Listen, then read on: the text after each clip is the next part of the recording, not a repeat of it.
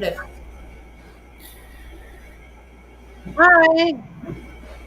Hi, everyone. I hope you all had a wonderful Thanksgiving.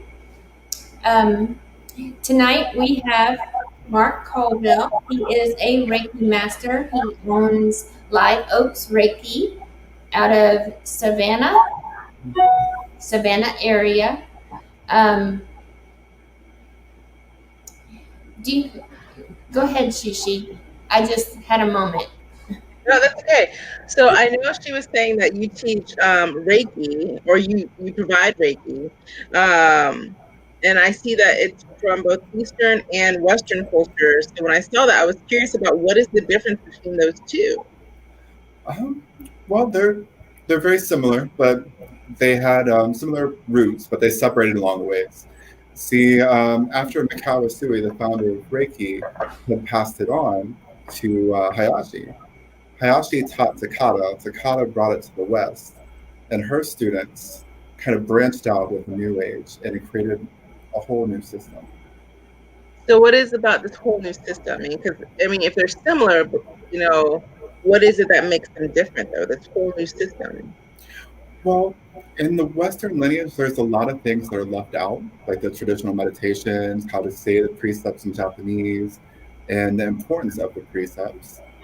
And what they have in common is the teate, the hands-on healing. That's what everybody seems to know about Reiki, is the hands-on healing. Sorry, I know I just jumped into it, but that's what I was curious about. Okay. Do you want to introduce us and tell us what you do particularly? Or specifically? I said that wrong. I said that all Texan-like. I'm sorry, could you say that again? You want to go ahead and introduce yourself? We just kind of jumped in. Introduce yourself. Tell us what you do and things like that. My name is Mark Colville. I'm a Reiki master teacher. I teach both Gendai Reiki Ho and Holy Fire Reiki, Eastern and Western. And I'm based in Savannah, Georgia. Nice. You provide online classes, services? Both. Right now, because of COVID-19, we're doing everything distance. So Gendai Reiki Ho is only in person, but with Holy Fire Reiki, we do teach online, and with both, we do distance sessions. So Holy Fire Reiki, is that the Eastern?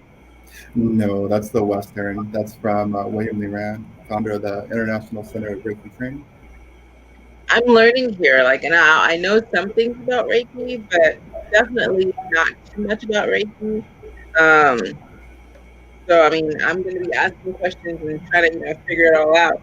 So sorry, I'm not trying to just jump in.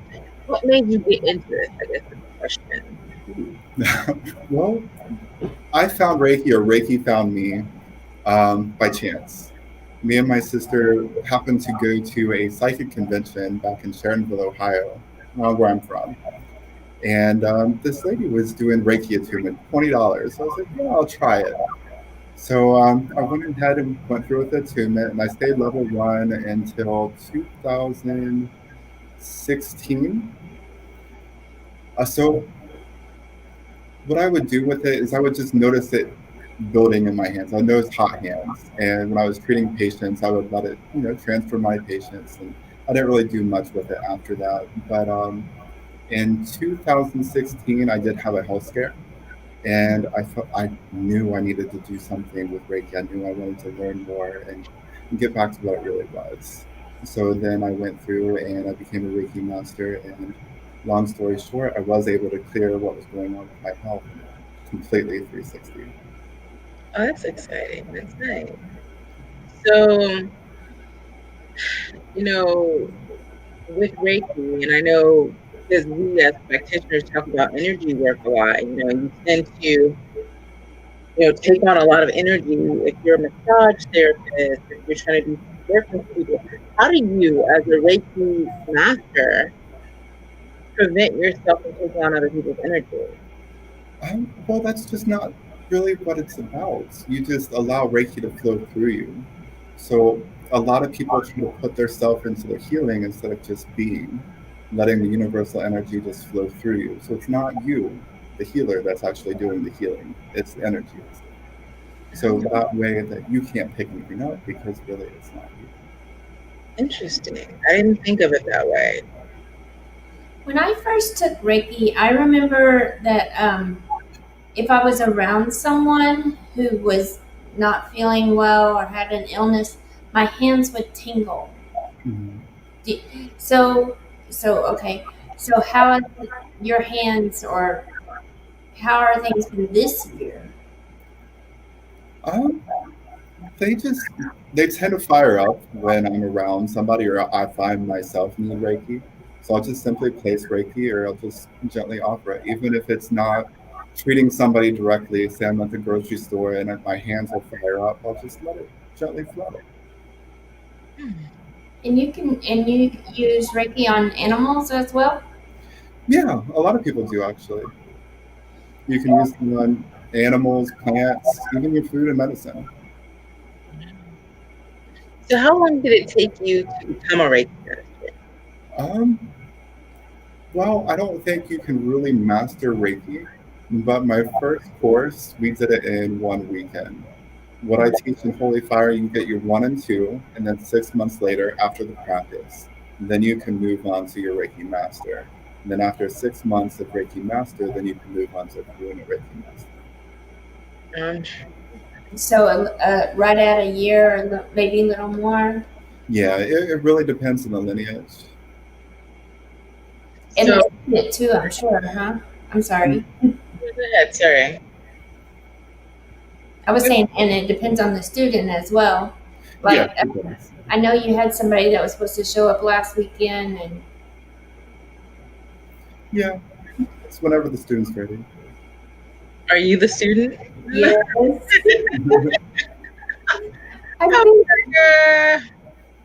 It's been the wire. I'm trying to move. I know it's excuses. I'm going to do it though. And I noticed you have a class coming up.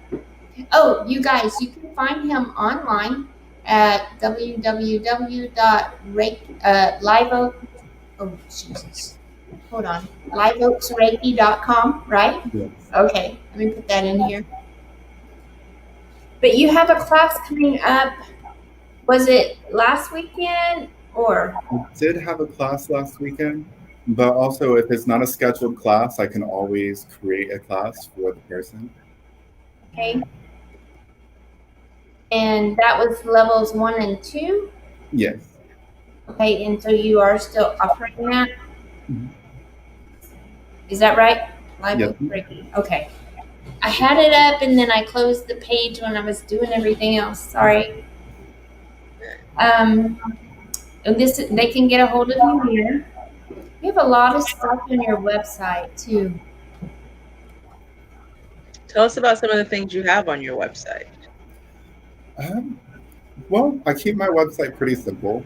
So I do have the Gendai classes. I do have the class information and how to contact me. But it's pretty simple. That's all I have on my website. Yeah, but you have your classes, November 21st, 22nd, but they can still get that. Mm-hmm. But then you also have another one coming up on December the 5th and the 6th. Yes. Which is next weekend. Yes, and then I do have a master class after Christmas and then after New Year's as well. Okay. And those classes are 3-day classes. Oh. And you offer distance Reiki as well. Yes, ma'am. So how does that work, distance Reiki? I mean, I've heard many people doing it, but I mean, is it a lot more work than just being there in front of the person? No, actually, there's a symbol that we teach in level 2 that teaches us that there is no separation. So it's no past, no present, no future. And there's a lot of different layers of that symbol I get into in my classes. But ultimately, there is no separation from you or me. And if you break it down into, like, let's say quantum physics, how an atom can be in 2 places miles apart from each other and be the same atom, it's the same way with human energy. Interesting. Yeah, we did, but it's been many years, so I definitely need to take your class. So, because it's been a long time.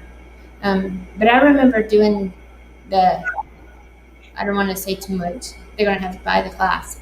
But that one, like that, you know what I'm saying? And for the distance. Because there are a lot, you think about everything. Say you have a family member that's sick or something and you want to send Reiki to them. And it's, you're sending healing energy just like you pray for people long distance. So, Yeah, it's true. So, do you find that a lot of people are now asking you for Reiki all the time, like your friends, your family, like this Reiki, and you say that it doesn't drain you. I guess I'm just intrigued by that, about how it doesn't affect you, like pouring energy into other people. well, especially right now, a lot of people are wanting to do Reiki sessions, but it's not really draining because really you just got to step out of your own way. How do you do that, though? I mean, you're like a conduit. There's energy going through you. Well, one of my teachers in my lineage is Hyakuten Enyamoto. He's a Japanese monk. He likes to keep Reiki as simple as possible. He just says, simply place your hands, surrender, and smile. It's really just that simple. Interesting. You can you do you can wash your hands too under running water, right? Well, there is a method. It's called Genyokuho. It translates to drying bath method, where it clears your energy. Okay. So I'm still having a blank. I've been a very long day for me. I'm so sorry.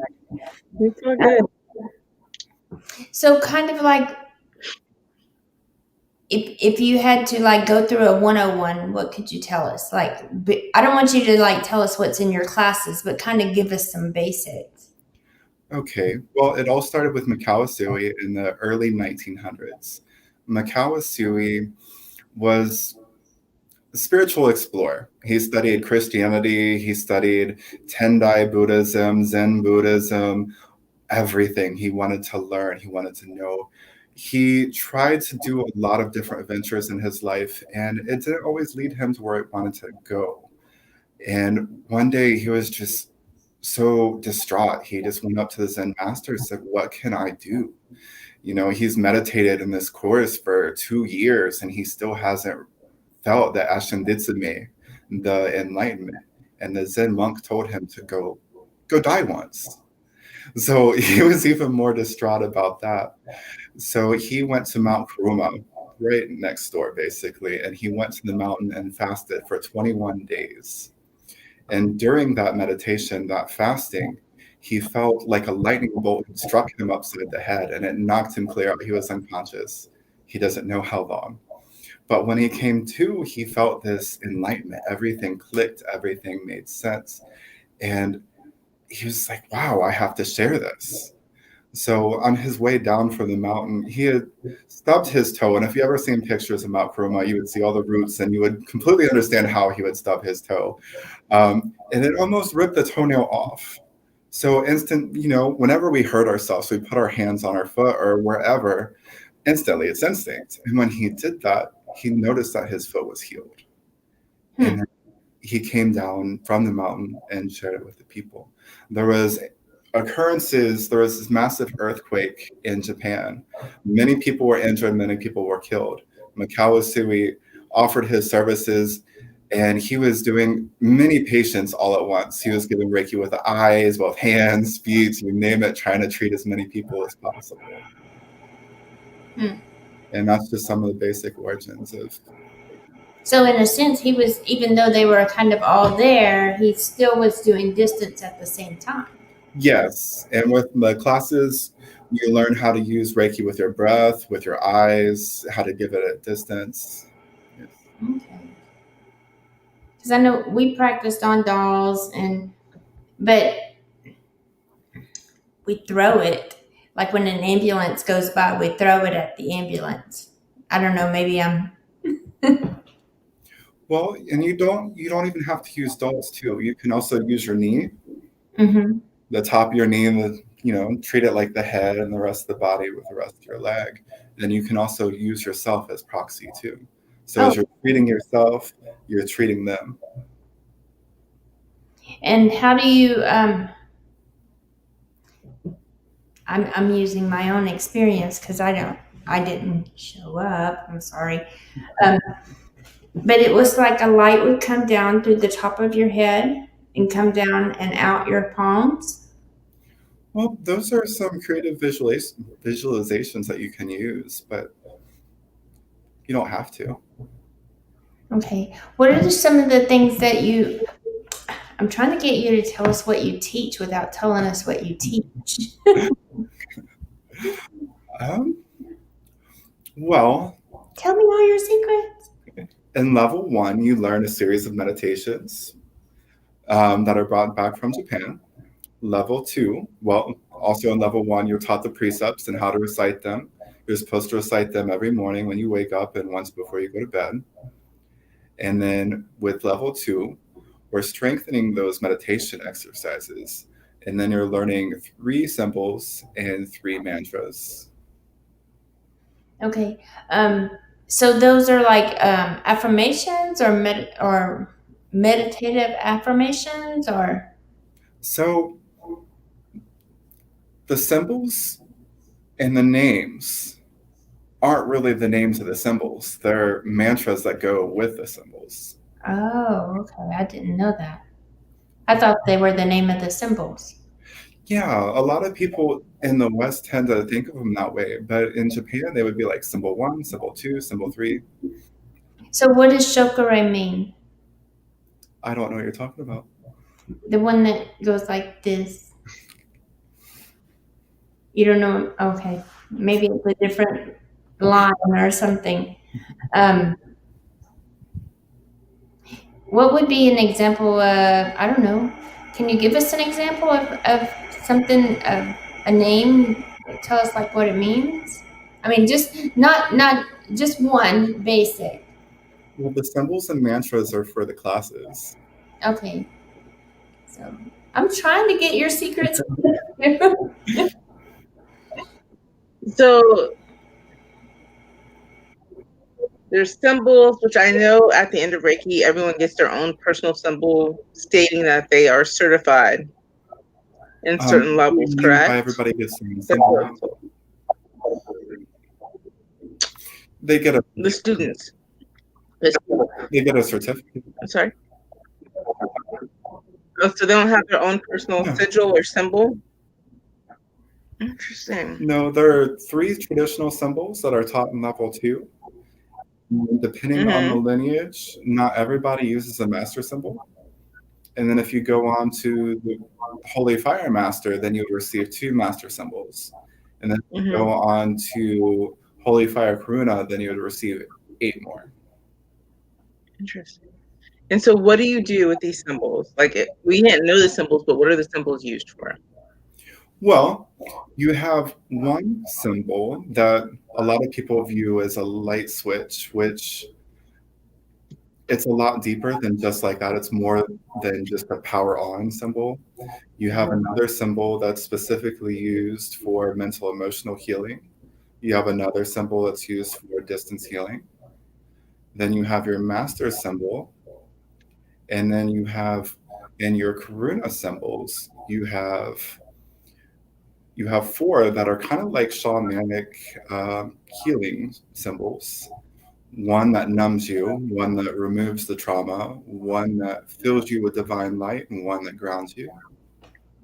And then 4 additional symbols that are optional. And you using combination with the mantras? Or you can. Really, after you practice Reiki for a while, you don't really need to use the symbols anymore because you are the symbol. Okay. I guess that's kind of like the cards then, huh? Because Well, you know about reading cards. You know how sometimes when you're doing a reading, you don't even really need the cards. They're just kind of there. Yes. So the symbols are kind of like that once you're in the mode. Because the symbols just bring us back. They remind us of our true nature. Okay. We ourselves are divine, and we are a part of the big light. Right. Now, I know you told me, can you tell us about when you said it broke off, was that the lady in Hawaii? Oh, yeah, Miss Takata. Uh-huh. Yes. Hayashi taught Takata in the West, and she brought it to the West. And then she trained either 21 or 22 Reiki masters. Mm-hmm. And from there, we have Barbara Weber Ray, and we have Phyllis Formoto, which is her granddaughter. And both of them claim to be like the grand Reiki master bearer of the lineage. Barbara Weber Ray went off to Radiance Reiki, and she brought a lot of New Age symbolisms and philosophies into her practice, and she made 7 additional levels. Oh, wow. Yes, so there were 7 levels, and then Miss Phyllis, her granddaughter, carried on the lineage. See, Miss Takata had this tradition for the Reiki master of charging the students $10,000. Holy cow. And that's with the Reiki Alliance. That's with the Reiki Alliance. $10,000. $10,000. But most people in the West, their Reiki lineage comes from Takata to Iris. Miss Iris was Takata's cousin, and she taught 2 people. And of those 2 people, her student Arthur Robinson broke off, and he created this Raku Kai, which claimed to have a lot of Tibetan symbols. That's where we have the Usui Tibetan lineages. Mm-hmm. He added a lot of symbols too, and a lot of New Age beliefs into that too. And then William Rand found a way to merge this Raku Kai and Reiki and created the Usui Tibetan lineage, which was taught into the ICRT.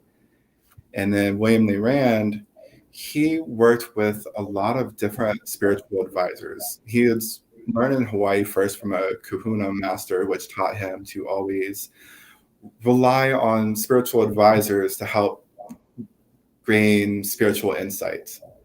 So it was with those spiritual advisors that he helped usher in the Holy Fire Reiki. And that's where Holy Fire comes in. Okay. And Holy Fire doesn't have all of the New Age stuff?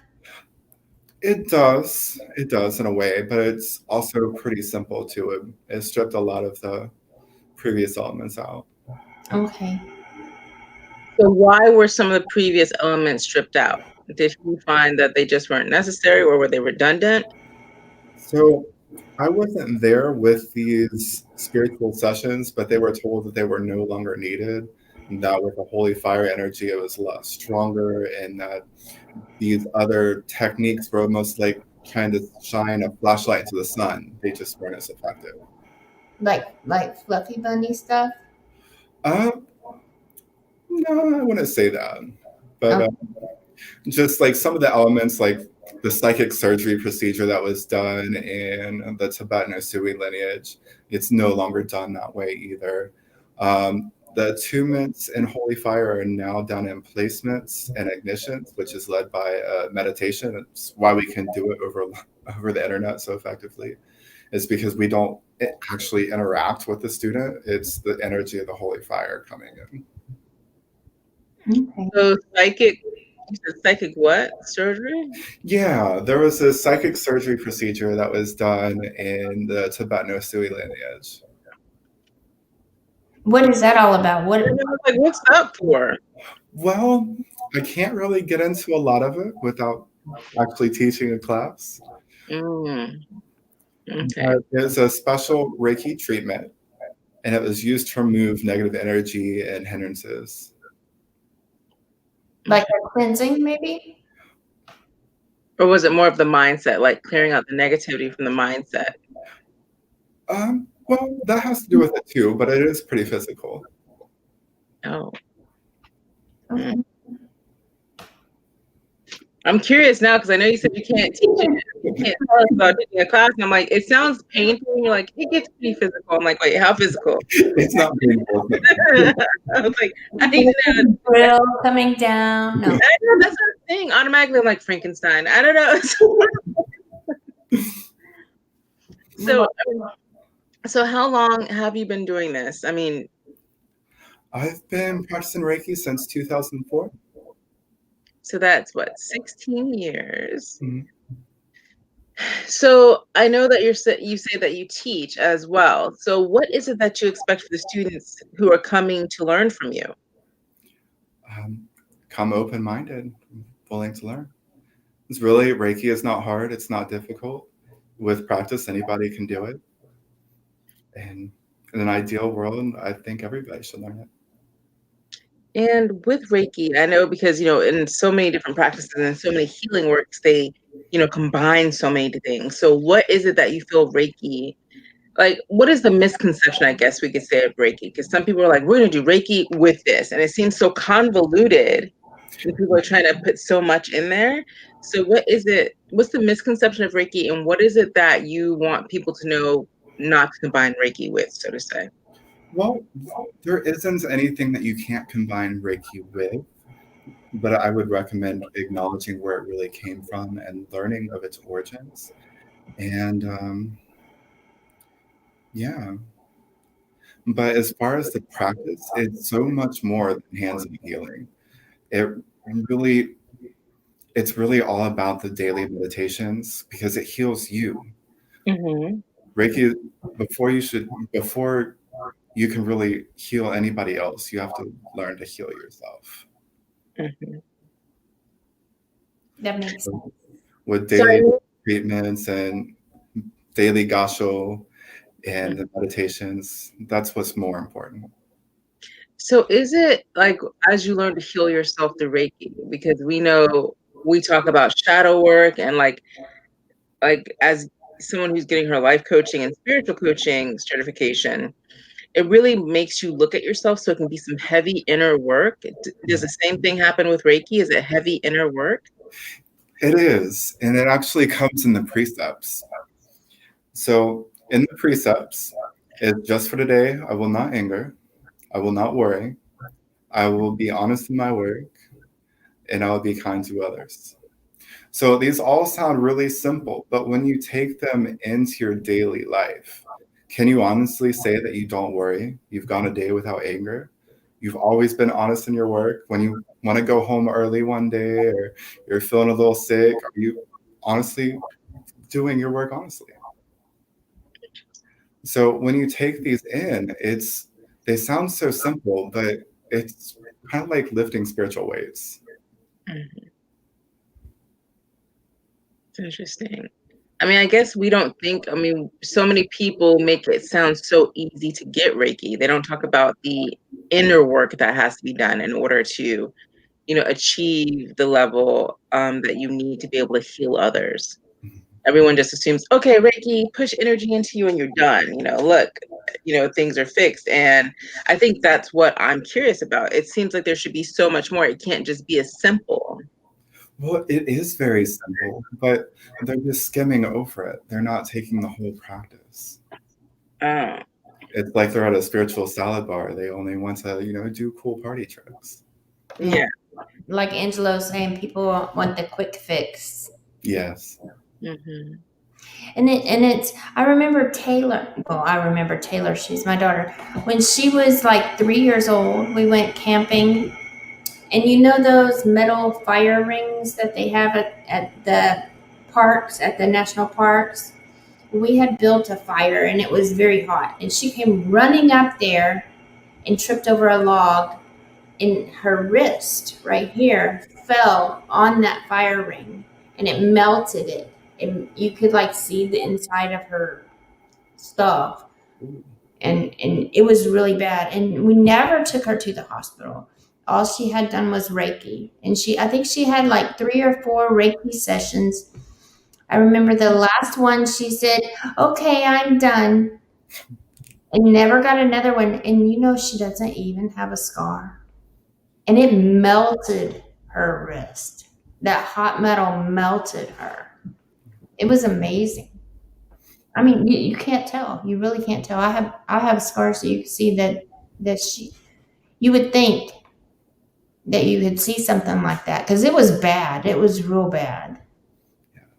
And so, disclaimer: Reiki is not to replace medical treatment either. I know.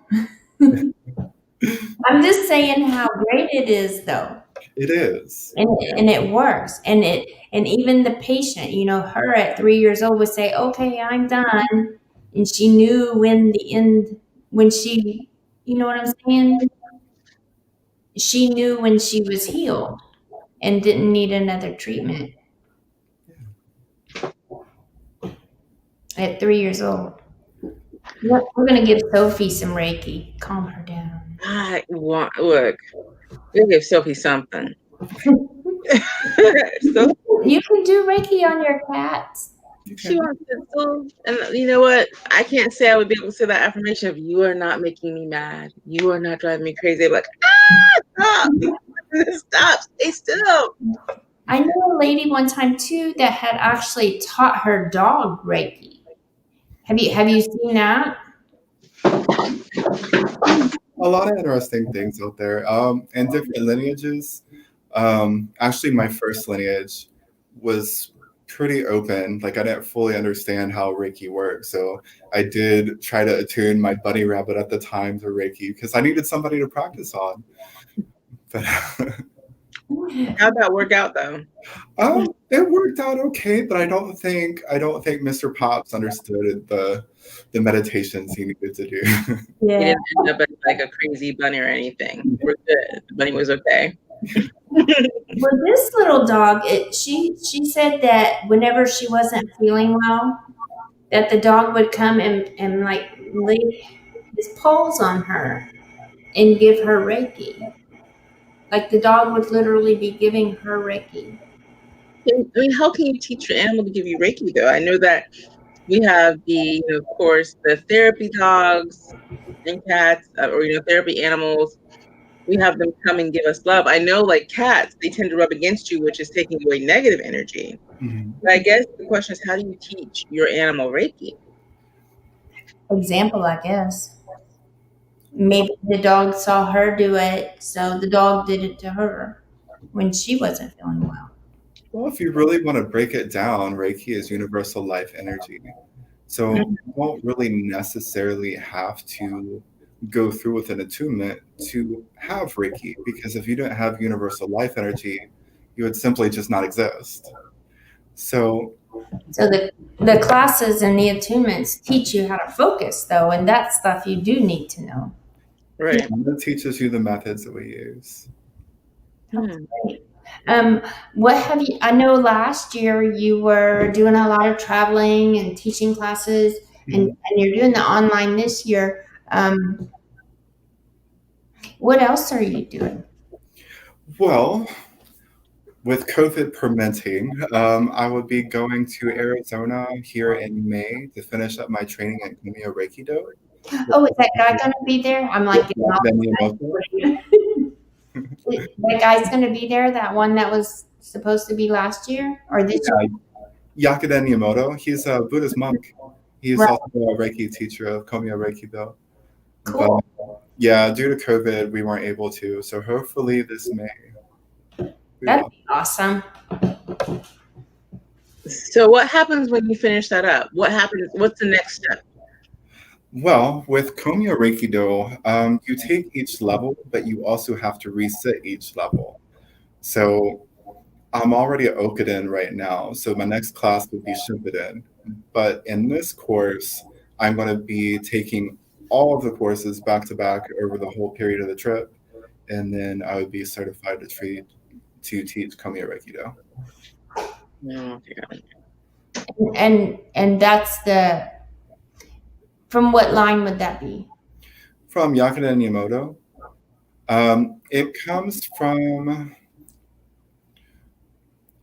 let's see, Hayashi taught Miss Yamaguchi. Yamaguchi taught Yakinen Emoto and her son Tado, and that branched off to Jikiden and Komyo. And then I would be learning it directly from Yakiden and Komyo. Okay, but I meant like, is that the Tibetan or? It's Japanese. Okay. It's much more closely related to the original Reiki. It has a very Buddhist element to it. Mhm.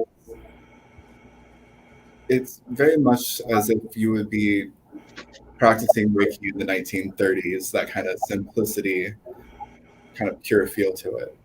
Okay.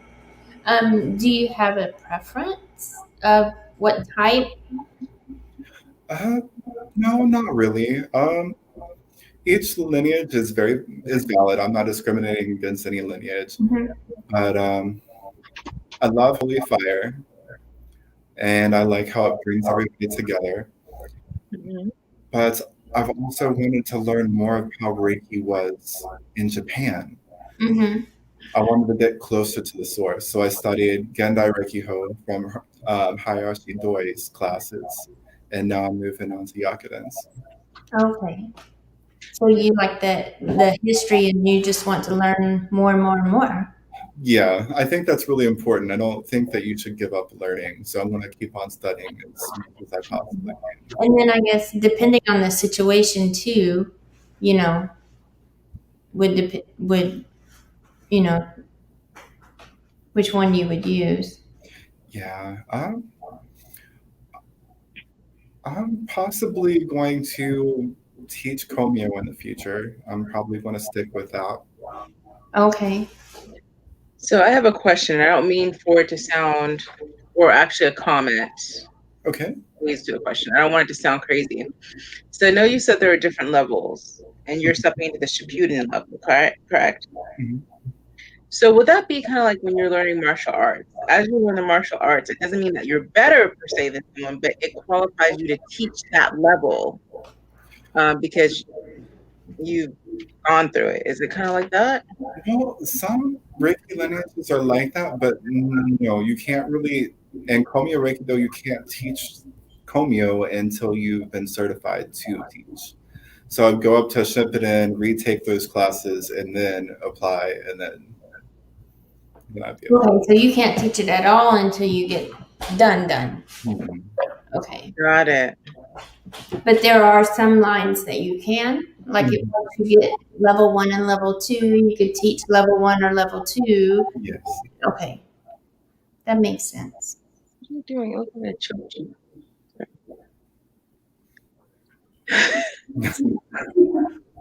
We all have animals.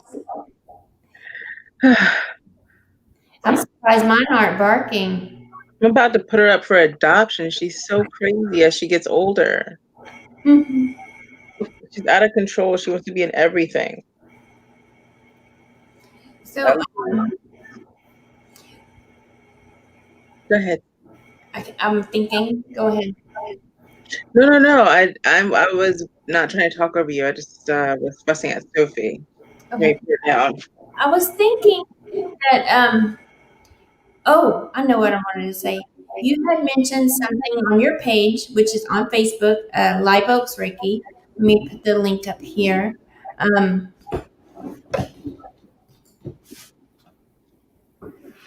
About a healing circle. Now, is that something that only your previous students can do, or anyone can join in with that as well? It's a semi-closed. I will let other people go in, but for my own students, I do have our own private Facebook group, and I'm not one of those Reiki teachers that just teach you a class after the seminar. I'm going to kick you out the door. I'm continuously there for your support. So we can find you on Facebook at Live Oaks Reiki. If you guys want to go follow his page. So, okay. So I know you've been doing a lot of that too, especially nowadays. Mhm.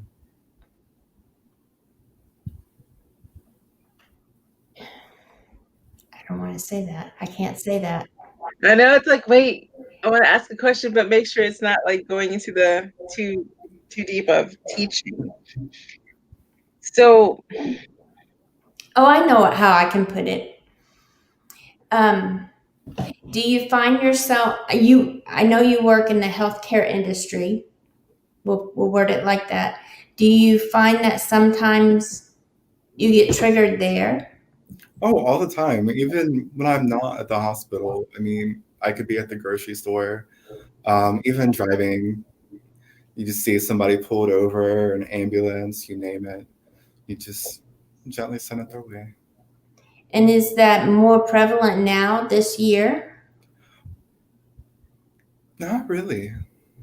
And It's about the same. let me ask this, and this might sound crazy, but does the COVID people feel different than the way regular people? And I know that sounds crazy. Does the COVID people feel different? Does the energy feel different during COVID than it did before, or Not really. illness is just illness, huh? Yeah. Okay. I was like, I know I'm going to sound crazy. No. so I have a question, and I know during COVID, a lot of therapists' business have increased because there's a lot of anxiety. Have you found that your clientele has increased due to COVID? Perhaps. Perhaps. As far as patients or students or both? I would say clients. Okay.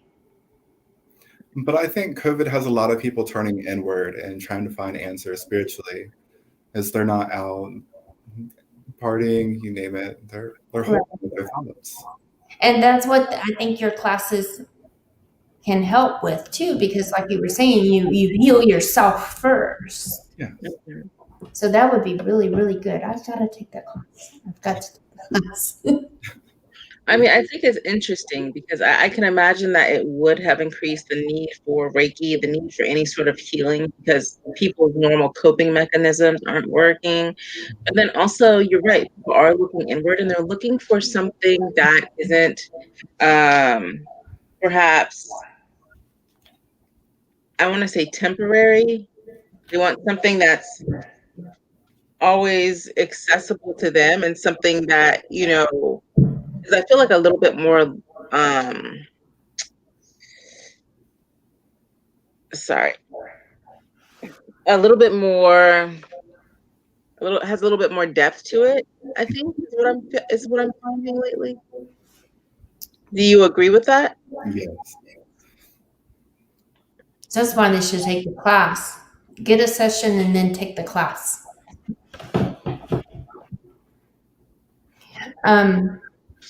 What would you recommend to people who are going through, trauma of their own, psychological trauma and things like that?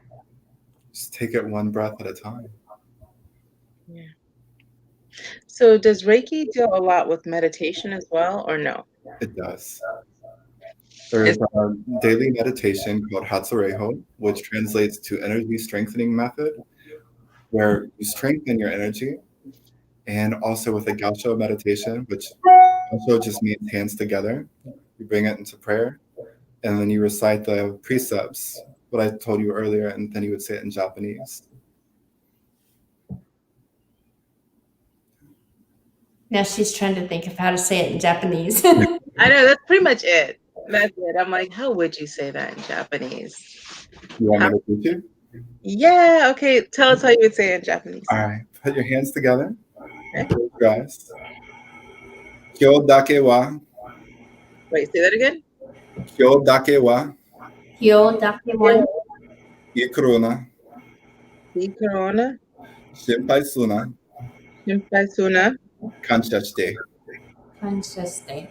Kanjaste. Gyo o hagime. Say it again. Gyo o hagime. Yo o hageme.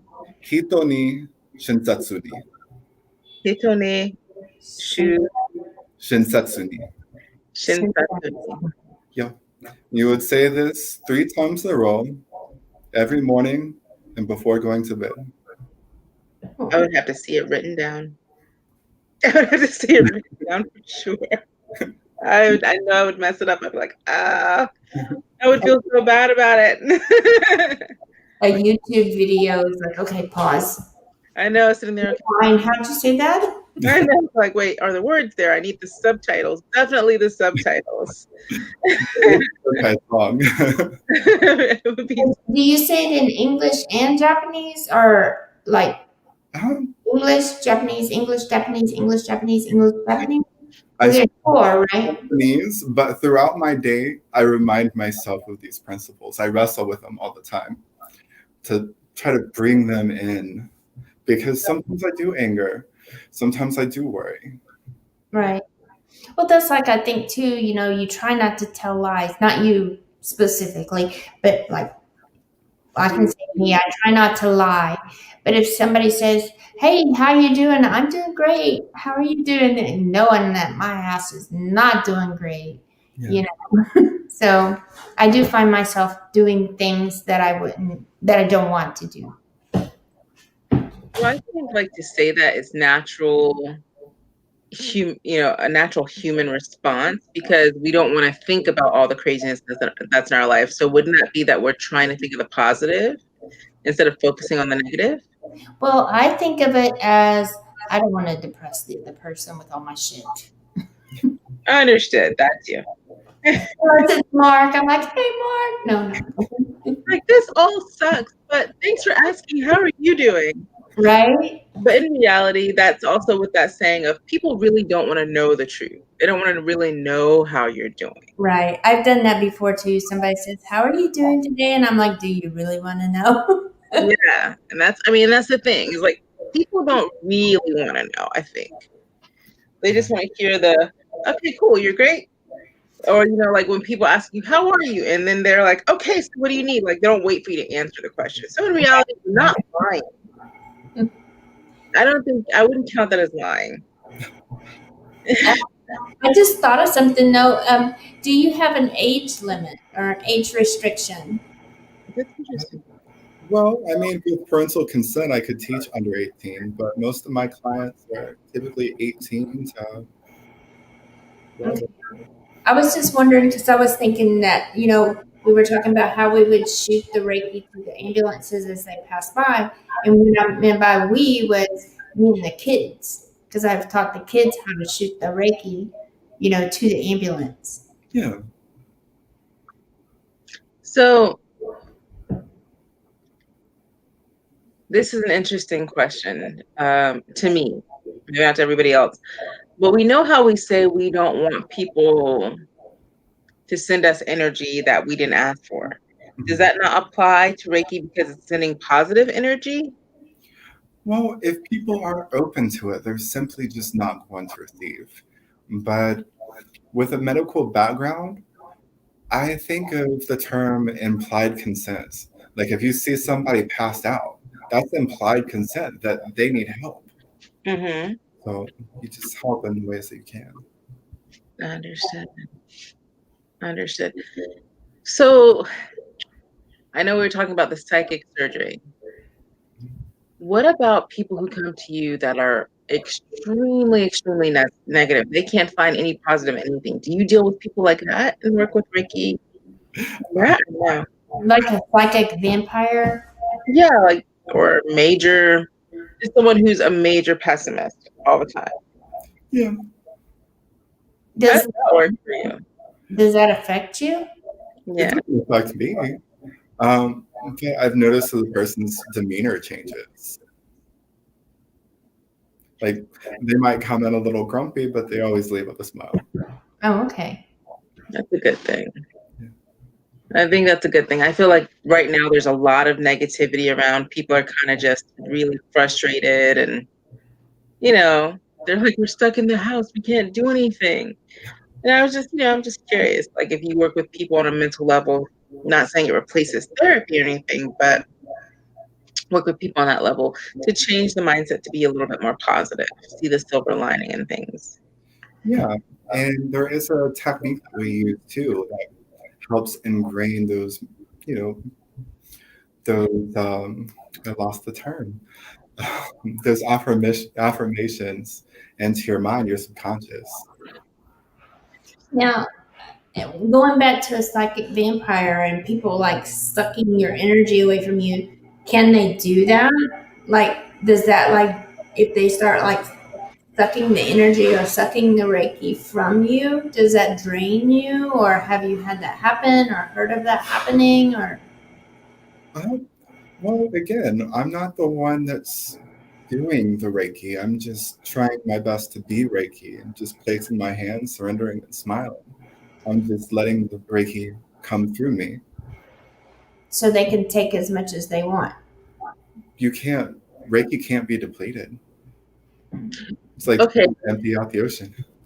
but what if you're in a bad mood that day? It's kind of like as a reader, if we're having a bad day, technically it would be best for us to take a step back before reading somebody else depending on the situation, so that we make sure our situation isn't, convoluting their reading or what needs to be done with them. What happens if you are having an off day? Well, that's what the precepts are for. And the daily meditation is to help keep us in line. I know a lot of practitioners that won't do treatments if they're, I don't know, having some kind of issue in their life and they're just not in the greatest of moods. But then again, I'm back to saying that we're not doing Reiki. All we have to do is step in and surrender and smile. What if they can't do that?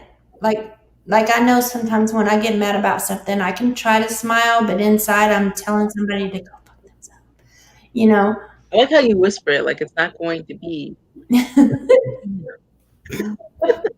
But you know what I'm saying? It's like in the back of my mind, I'm still cussing out this person, even though I'm smiling and I'm trying my hardest to be happy and positive. Girl, like that guy from the Jack in the Box, I still am not over him.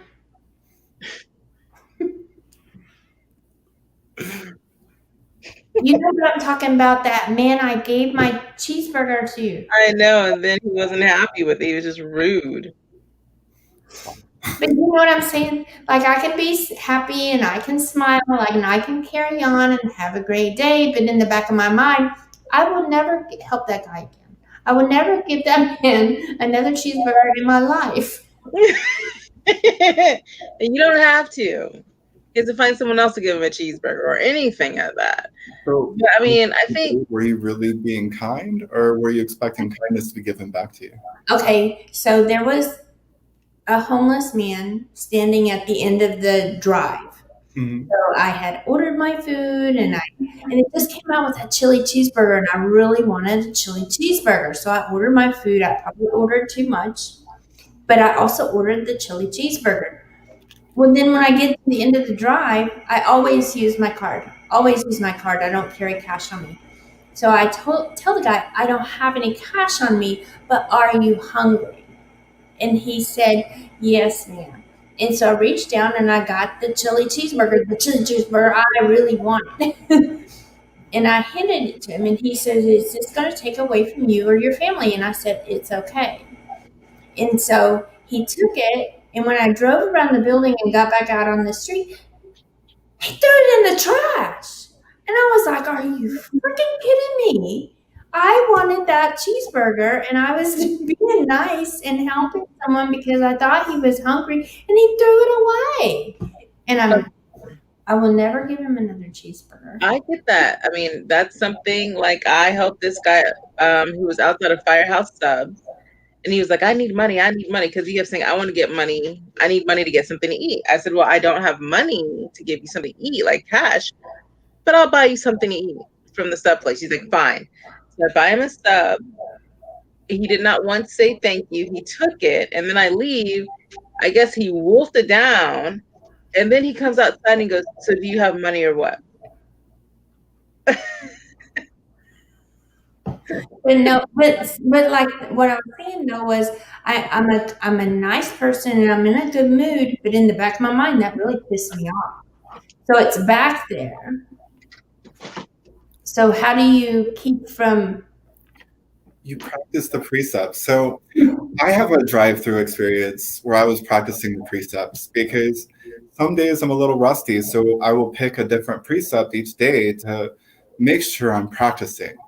And this one instance, just for today, I will be kind to myself and others. Mm-hmm. So I was running late for work, and I was at Wendy's, and the truck in front of me, it broke down. And it was just for the day, I'll be kind to myself and others. And this truck, it was this old pickup truck, beat up, and it broke down. And out come these two old gentlemen. They had been in their 70s, 80s, and they were trying to push this truck. They were just having a really bad day. So what I did is, I was running late. I couldn't really help them with their truck, but I paid for their food, and I made sure they didn't have to worry about that. So when I get to work, we had this big meeting, and then I won Employee of the Month. And with that Employee of the Month, I got $20 gift certificate. So I got my money back. Mm-hmm. So that's just practicing the precepts. But you shouldn't hold on to your Never got my cheeseburger. I hope that you've had a cheeseburger. Not yet. I've still not yet gone back and got a chili cheeseburger. You know what? I'm not a cheeseburger fan. Me either, but I really wanted that chili cheeseburger because I love chili. So I tell you what, one day I'm gonna buy you that chili cheeseburger, and if we see that guy, be like, eat the chili cheeseburger, Lynna. Let's make this. Okay, I don't have any. I'm sorry. I should carry ramen with me or something, so I can still help. But then where are they gonna heat it up at? It doesn't matter. They can eat it dry. Just sprinkle the seasoning on it. Eat it like chips. It can be done. It doesn't. You know that they don't digest, right? Ramen noodles. If you're hungry, though, it doesn't matter. It